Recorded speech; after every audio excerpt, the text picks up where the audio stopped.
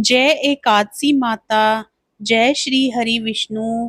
आप सभी का दिन शुभ और मंगलमय हो। आज सुनिए 11 माता की कथा और आरती। एक बार एक राज्य में एक राजा रहा करता था। राजा बहुत ही बुद्धिमान और बलशाली था। राजा सदैव अपनी प्रजा का बहुत अच्छे से ध्यान रखता था। प्रजा भी अपने राजा को बहुत पसंद करती थी। राजा की दो बेटियां थीं। राजा अपनी दोनों बेटियों से बहुत प्रेम करता था। राजा की छोटी बेटी देखने में बहुत सुंदर और आकर्षक थी और राजा की बड़ी बेटी छोटी बहन के मुकाबले थोड़ा कम सुंदर थी। राजा की छोटी बेटी 11 माता की पूजा किया करती थी और सभी लोग राजा की छोटी बेटी से बहुत प्रेम करते थे और बहुत प्रशंसा किया करते थे। राजा भी अपनी छोटी बेटी को बड़ी बेटी से अधिक प्रेम करता था, जिस कारण राजा की बड़ी बेटी को अपनी छोटी बहन से बहुत नफरत होने लगी थी। राजा की दोनों बेटियां जब बड़ी हो गई, तब एक पड़ोसी राज्य में रहने वाला राजकुमार राजा की बड़ी बेटी के लिए रिश्ता लेकर आया। लेकिन जैसे ही उस राजकुमार की नजर राजा की छोटी बेटी पर पड़ी, तो वह राजकुमार राजा की छोटी बेटी पर आकर्षित हो गया और उससे पहली नजर में प्रेम कर बैठा। उस राजकुमार ने राजा की बड़ी बेटी के साथ विवाह करने से मना कर दिया और उसने राजा से कहा कि मैं आपकी छोटी बेटी से विवाह करना चाहता हूँ। जिसके बाद राजा की बड़ी बेटी यह देखकर अपनी छोटी बहन से बहुत क्रोधित हो गई और राजा की बड़ी बेटी ने अपनी छोटी बहन को अपना सबसे बड़ा दुश्मन मान लिया। राजा की बड़ी बेटी ने अपनी छोटी बहन से बदला लेने का निर्णय किया, जिसके लिए उसने अपनी छोटी बहन को जान से मारने की योजना बनाई। राजा की बड़ी बेटी ने अपनी छोटी बहन को मारने के लिए सबसे पहले एक लड्डू में जहर मिलाकर अपनी छोटी बहन को दे दिया और उसको लड्डू खाने के लिए कहा।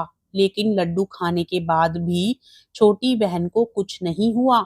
बड़ी बहन यह देखकर बहुत आश्चर्यचकित हो गई, लेकिन बड़ी बहन ने हार नहीं मानी और उसने जब रात में छोटी बहन अपने कमरे में सो रही थी, तब एक मटके में सांप रखकर उसे कमरे में छोड़ दिया।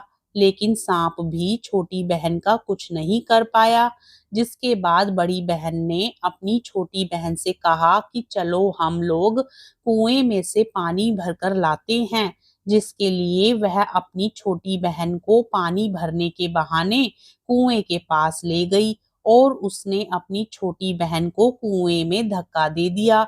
लेकिन छोटी बहन को तब भी कुछ नहीं हुआ, क्योंकि हर बार 11 माता उसकी रक्षा कर रही थी और उधर बड़ी बहन अपने सारे प्रयासों के बाद असफल हो रही थी, जिससे वह बहुत क्रोधित होती जा रही थी। फिर उसने अपनी छोटी बहन के पास जाकर उससे खुद ही पूछा कि मेरी छोटी बहन, तुमको पता है भगवान ने सबकी मृत्यु एक निश्चित समय पर लिखी हुई है और कैसे तुम्हारी मृत्यु होगी, क्या तुम यह जानती हो? तब छोटी बहन ने अपनी बड़ी बहन को बताया कि हाँ, मैं तो जानती हूँ मेरी मृत्यु कैसे होगी। छोटी बहन से यह सुनकर बड़ी बहन मन ही मन बहुत प्रसन्न होने लगी और उसने अपनी छोटी बहन से कहा कि तो मुझे तुम अपनी मृत्यु का राज बताओ। छोटी बहन ने अपनी बड़ी बहन से कहा कि मेरी मृत्यु तो एक तोते में है, जो तोते के गले में एक हार है, उससे मेरी मृत्यु होगी। जब तक कोई भी व्यक्ति तोते को मारकर वह हार अपने गले में पहनेगा, तो मैं मूर्छित हो जाऊंगी और जैसे ही उस हार को अपने गले से उतारेगा, तो मैं वापस से जीवित हो जाऊंगी।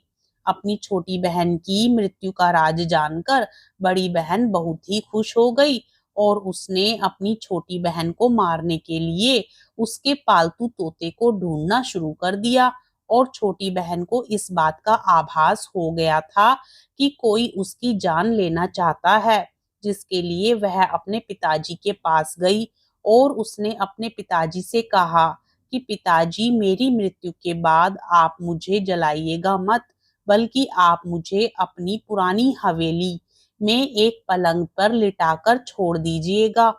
अपनी छोटी लड़की की यह बात सुनकर राजा बहुत आश्चर्यचकित हो गया। राजा ने अपनी छोटी बेटी से पूछा, बेटी, तुम यह क्या कह रही हो? तब राजा की छोटी बेटी ने बताया, पिताजी, समय किसी के लिए नहीं रुका है, कब क्या हो जाए किसी को कुछ नहीं पता। और फिर राजा ने अपनी छोटी बेटी से कहा कि तुम ऐसी बातें क्यों कर रही हो? 2-3 दिन में तो तुम्हारा विवाह है। लेकिन छोटी बेटी ने अपने पिताजी को ऐसा करने पर मजबूर कर दिया और उनसे वचन ले लिया। राजा ने भी अपनी छोटी बेटी की बात स्वीकार कर ली और 2-3 दिनों के बाद जब शादी का समय आया, तब राजकुमार बारात लेकर राजा के घर आया और राजकुमार और राजा की छोटी बेटी का विवाह शुरू हो गया। जैसे ही राजा की छोटी बेटी राजकुमार के साथ फेरे लेना शुरू करती है, तो उसकी बड़ी बहन अपनी छोटी बहन के कमरे में जाकर उसके तोते को पकड़ लेती है और उसको जान से मार देती है। तोते के गले में जो हार था उसको अपने गले में धारण कर लेती है। जैसे ही बड़ी बहन उस हार को अपने गले में धारण करती है, तो उधर छोटी बहन 3.5 फेरे ही ले पाती है और वहीं पर बेहोश होकर गिर जाती है। जिसके बाद राजा ने बड़े-बड़े दर्द हकीमों को बुलवाया और अपने छोटी बेटी का इलाज करने के लिए कहा। राजा की बात सुनकर वैद्य ने छोटी बेटी को जब देखा, तो राजा को बताया कि आपकी छोटी बेटी ना तो जीवित है और ना ही मरी हुई है। यह मैं ऐसा पहली बार देख रहा हूँ। राजा ने वैद्य और हकीम को यह बात बाहर बताने से मना कर दी और उनको कहा कि अगर तुमने यह बात किसी को बाहर बताई तो हम तुम्हें फांसी दे देंगे। राजा ने अपनी छोटी बेटी को पुराने महल में ले जाकर एक पलंग में लेटा दिया और वहां पर कुछ सैनिकों को तैनात कर दिया। वापस अपने महल पर आ गया। राजा की बड़ी बेटी अपने पिताजी के पास आई और कहने लगी कि पिताजी, अगर यह शादी संपन्न नहीं हुई तो आपकी इज्जत का क्या होगा? आप कहें तो मैं आपकी इज्जत बचाने के लिए राजकुमार से शादी करने के लिए तैयार हूँ। जिसके बाद राजा ने अपनी बड़ी बेटी की बात मान ली और राजा ने अपनी बड़ी बेटी को छोटी बेटी के कपड़े पहनाकर मंडप पर भेज दिया। लेकिन राजकुमार यह जान गया कि यह राजा की छोटी बेटी नहीं है, बल्कि यह राजा की बड़ी बेटी है। लेकिन जब राजकुमार ने शादी करने से मना किया, तो सभी लोगों ने राजकुमार को विवश करके राजा की बड़ी बेटी से बचे हुए फेरों को संपन्न करा दिया और विवाह करवा दिया। जिसके बाद राजकुमार राजा की बड़ी बेटी को अपने महल में ले गया। राजकुमार राजा की बड़ी बेटी से ना तो बात करता था, ना ही उसको पसंद करता था और ना ही उसके आसपास भटकता था। और राजकुमार ने यह फैसला लिया था कि वह अपनी प्रेमिका को ढूंढ कर रहेगा और यह जानकर रहेगा कि उसके साथ क्या हुआ है। एक दिन राजकुमार अपने घोड़े पर सवार होकर राजा के पुराने महल के पास पहुंच गया, जहां पर उसने कुछ सैनिकों को देखा। महल के पास पहुंचकर राजकुमार ने जब महल को ध्यान से देखा, तो वह समझ गया कि यह तो हमारे ससुर जी का महल है। तब राजकुमार ने सैनिकों से पूछा, तुम यहाँ क्या कर रहे हो और इस महल के अंदर उस पलंग पर कौन लेटा है? जिसके बाद सैनिकों ने बताया कि यहाँ पर राजा की छोटी बेटी लेटी है। यह सुनकर राजकुमार बहुत प्रसन्न हो गया और वह तुरंत अपनी प्रेमिका के पास पहुंच गया और उसकी सेवा करने लगा। जैसे ही रात हुई, तो राजा की छोटी बेटी उठकर खड़ी हो गई। राजकुमार यह देखकर बहुत खुश हो गया और उसने अपनी प्रेमिका से पूछा कि तुम यहाँ क्या कर रही हो? तुम मेरे साथ मेरे घर चलो।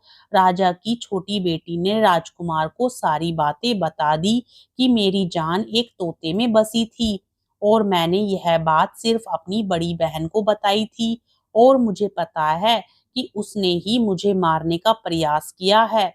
उसके पास एक हार है जिसको वह सुबह पहन लेती है और रात को उतार देती है। जब तक वह हार को पहने रहती है तब तक मैं मूर्छित रहती हूँ, और जैसे ही वह उस हार को उतार देती है तो मैं जीवित हो जाती हूँ। और जब तक मेरी बड़ी बहन के पास वह हार है तब तक मैं ऐसे ही जीवित और मूर्छित होती रहूंगी। अगर मेरी बड़ी बहन के पास जो हार है वह मेरे हाथ में लग जाए तो मैं हमेशा के लिए जीवित हो जाऊंगी। राजकुमार यह बात सुनकर राजा की छोटी बेटी के पास रहने का निर्णय लेता है और उसे अपने बचे हुए सारे फेरे उस पलंग पर लेटी राजा की छोटी बेटी के साथ ले लेता है और अपना विवाह पूर्ण कर लेता है और वहीं पर ही रहने लगता है। देखते ही देखते कुछ समय में राजा की छोटी बेटी अर्थात राजकुमार की पत्नी पेट से हो गई। एक दिन राजकुमार को किसी काम से बाहर जाना पड़ा। तब छोटी बहन के पेट में बहुत तेज से दर्द होने लगा, जिसके बाद उसने ग्यारस माता को याद किया। जिसके बाद वहां पर ग्यारस माता प्रकट हुई और उन्होंने अपने भक्तों के दर्द को दूर किया और एक पुत्र की प्राप्ति करवाई। वहीं पर अचानक से राजकुमार भी आ गया। राजकुमार ने ग्यारस माता को देखा तो वह आश्चर्यचकित हो गया और उसने तुरंत माता को प्रणाम किया। और ग्यारस माता ने राजकुमार से कहा, जब तुम्हारा पुत्र 5 वर्ष का हो जाए तो तुम अपनी पत्नी का हार आकर इसके गले में डाल देना। और देखते ही देखते राजकुमार और राजा की छोटी बेटी का पुत्र 5 वर्ष का हो जाता है। तो राजकुमार अपने बेटे से कहता है कि बेटा, मैं कुछ काम से बाहर जा रहा हूँ, तुम अपनी माता का ध्यान रखना, और वहां से चला जाता है। राजा को बाहर निकलता देख बड़ी बहन के सैनिक देख लेते हैं और बड़ी बहन को जाकर सारी बातें बता देते हैं। जिसके बाद बड़ी बहन अपनी छोटी बहन के पुत्र को वहां से उठवा लेती है और उसको मरवा देती है। छोटी बेटी के पुत्र के 2 टुकड़े करवा देती है। पहला टुकड़ा चक्की के पास छुपा देती है और दूसरा टुकड़ा अपने पलंग के नीचे रख लेती है। अब ग्यारस माता भिखारन का रूप लेकर आती हैं। एक भिखारी का रूप रखकर बड़ी बहन के पास चली जाती हैं, जिसके बाद वहां पर भिक्षा मांगने लगती हैं। बड़ी बहन अपने नौकरों से कहती है कि जाकर भिक्षा दे दो, लेकिन जैसे ही नौकर ग्यारस माता को भिक्षा देने के लिए आते हैं तो माता उन्हें मना कर देती हैं और कहती हैं कि मैं तुम्हारी महारानी से ही भिक्षा लूंगी। जिसके बाद बड़ी बहन स्वयं ही भिक्षा देने के लिए माता के पास आती हैं। तब माता एक बिल्ली का रूप लेकर उसके कमरे में चली जाती हैं और वहां पर छोटी बेटी के पुत्र के 2 टुकड़ों को जोड़कर आपस में एक कर देती हैं और उसे जीवित कर देती हैं। उसे वहां से ले जाती हैं। राजकुमार अपने बेटे को लेकर अपनी पत्नी के पास जाता है और उससे कहता है कि तुम इसका ध्यान रखना। अगर तुम इस बच्चे का अच्छे से ध्यान रखोगी तो ही मैं तुमसे बात करूंगा, नहीं तो मैं तुमसे बात नहीं करूंगा। एक दिन राजकुमार अपने बेटे से कहता है कि तुम अपनी माँ से उनके गले का हार मांग लो। जिसके बाद राजकुमार का लड़का अपनी माँ के पास जाता है और कहता है कि माँ, मुझे तुम्हारा हार चाहिए जो तुमने गले में पहन रखा है। यह सुनकर पहले तो बड़ी बहन बहुत क्रोधित होती है, पर उसको याद आता है कि राजकुमार ने कहा था कि अगर मैं इस बच्चे का अच्छे से ध्यान रखूंगी, अच्छे से बात करूंगी, तो ही वह मुझसे बात करेंगे। जिसके कारण वह हार उस बच्चे को दे देती है और वह तुरंत हार को ले जाकर अपने पिताजी को दे देता है। और तभी राजकुमार अपने बेटे को लेकर वहां से जाने लगता है और बड़ी बहन से कहता है कि तुम हमारे लिए खाना बनाकर रखना, मैं शाम को आकर तुम्हारे साथ खाऊंगा। और वह अपने बेटे को लेकर वहां से चला जाता है। जिसके बाद वह राजा के पास जाता है और वह राजा को सारी बातें बता देता है। राजा अपनी बड़ी बेटी की यह करतूत सुनकर बहुत क्रोधित होते हैं और अपनी परवरिश पर ही दोष देने लगते हैं और राजकुमार को अपनी छोटी बेटी के साथ रहने के लिए आदेश देते हैं। इस प्रकार राजकुमार और छोटी बेटी सुखपूर्वक रहने लगते हैं। प्रेम से बोलिए एकादशी माता की जय। ओम जय एकादशी माता मैया जय एकादशी माता। विष्णु पूजा व्रत को धारण कर शक्ति मुक्ति पाता। ओम जय एकादशी माता तेरे नाम गिनाऊं देवी भक्ति प्रदान करनी। गण गौरव की देनी माता शास्त्रों में वर्णी। ओम जय एकादशी माता मार्ग शीर्ष के कृष्ण पक्ष की उत्पन्ना विश्व तारिणी जननी। शुक्ल पक्ष में हुई मोक्षदा मुक्तिदाता बन आई। ओम जय एकादशी माता पौष के कृष्ण पक्ष की सफला नामक है। शुक्ल पक्ष में होए पुत्रदा आनंद अधिक रहे। ओम जय एकादशी माता नाम षटतिला माघ मास में कृष्ण पक्ष आवे। शुक्ल पक्ष में जया कहावे विजय सदा पावे। ओम जय एकादशी माता विजया फागुन कृष्ण पक्ष में शुक्ला आमलकी पाप मोचनी कृष्ण पक्ष में चैत्र महाबली की। ओम जय एकादशी माता चैत्र शुक्ल में नाम कामदा धन देने वाली। नाम बरुथनी कृष्ण पक्ष में वैशाख महावाली। ओम जय एकादशी माता शुक्ल पक्ष में होए मोहिनी अपरा ज्येष्ठ कृष्ण पक्षी। नाम निर्जला सब सुख करणी शुक्ल पक्ष रखी। ओम जय एकादशी माता योगिनी नाम आषाढ़ में जानो कृष्ण पक्ष करणी। देव शयनी नाम कहायो शुक्ल पक्ष धरणी। ओम जय एकादशी माता कामिका श्रावण मास में आवे कृष्ण पक्ष कहिए। श्रावण शुक्ला होए पवित्रा आनंद से रहिए। ओम जय एकादशी माता अजा भाद्रपद कृष्ण पक्ष की परिवर्तनी शुक्ला इंदिरा अश्विनी कृष्ण पक्ष में व्रत से भव सागर निकला।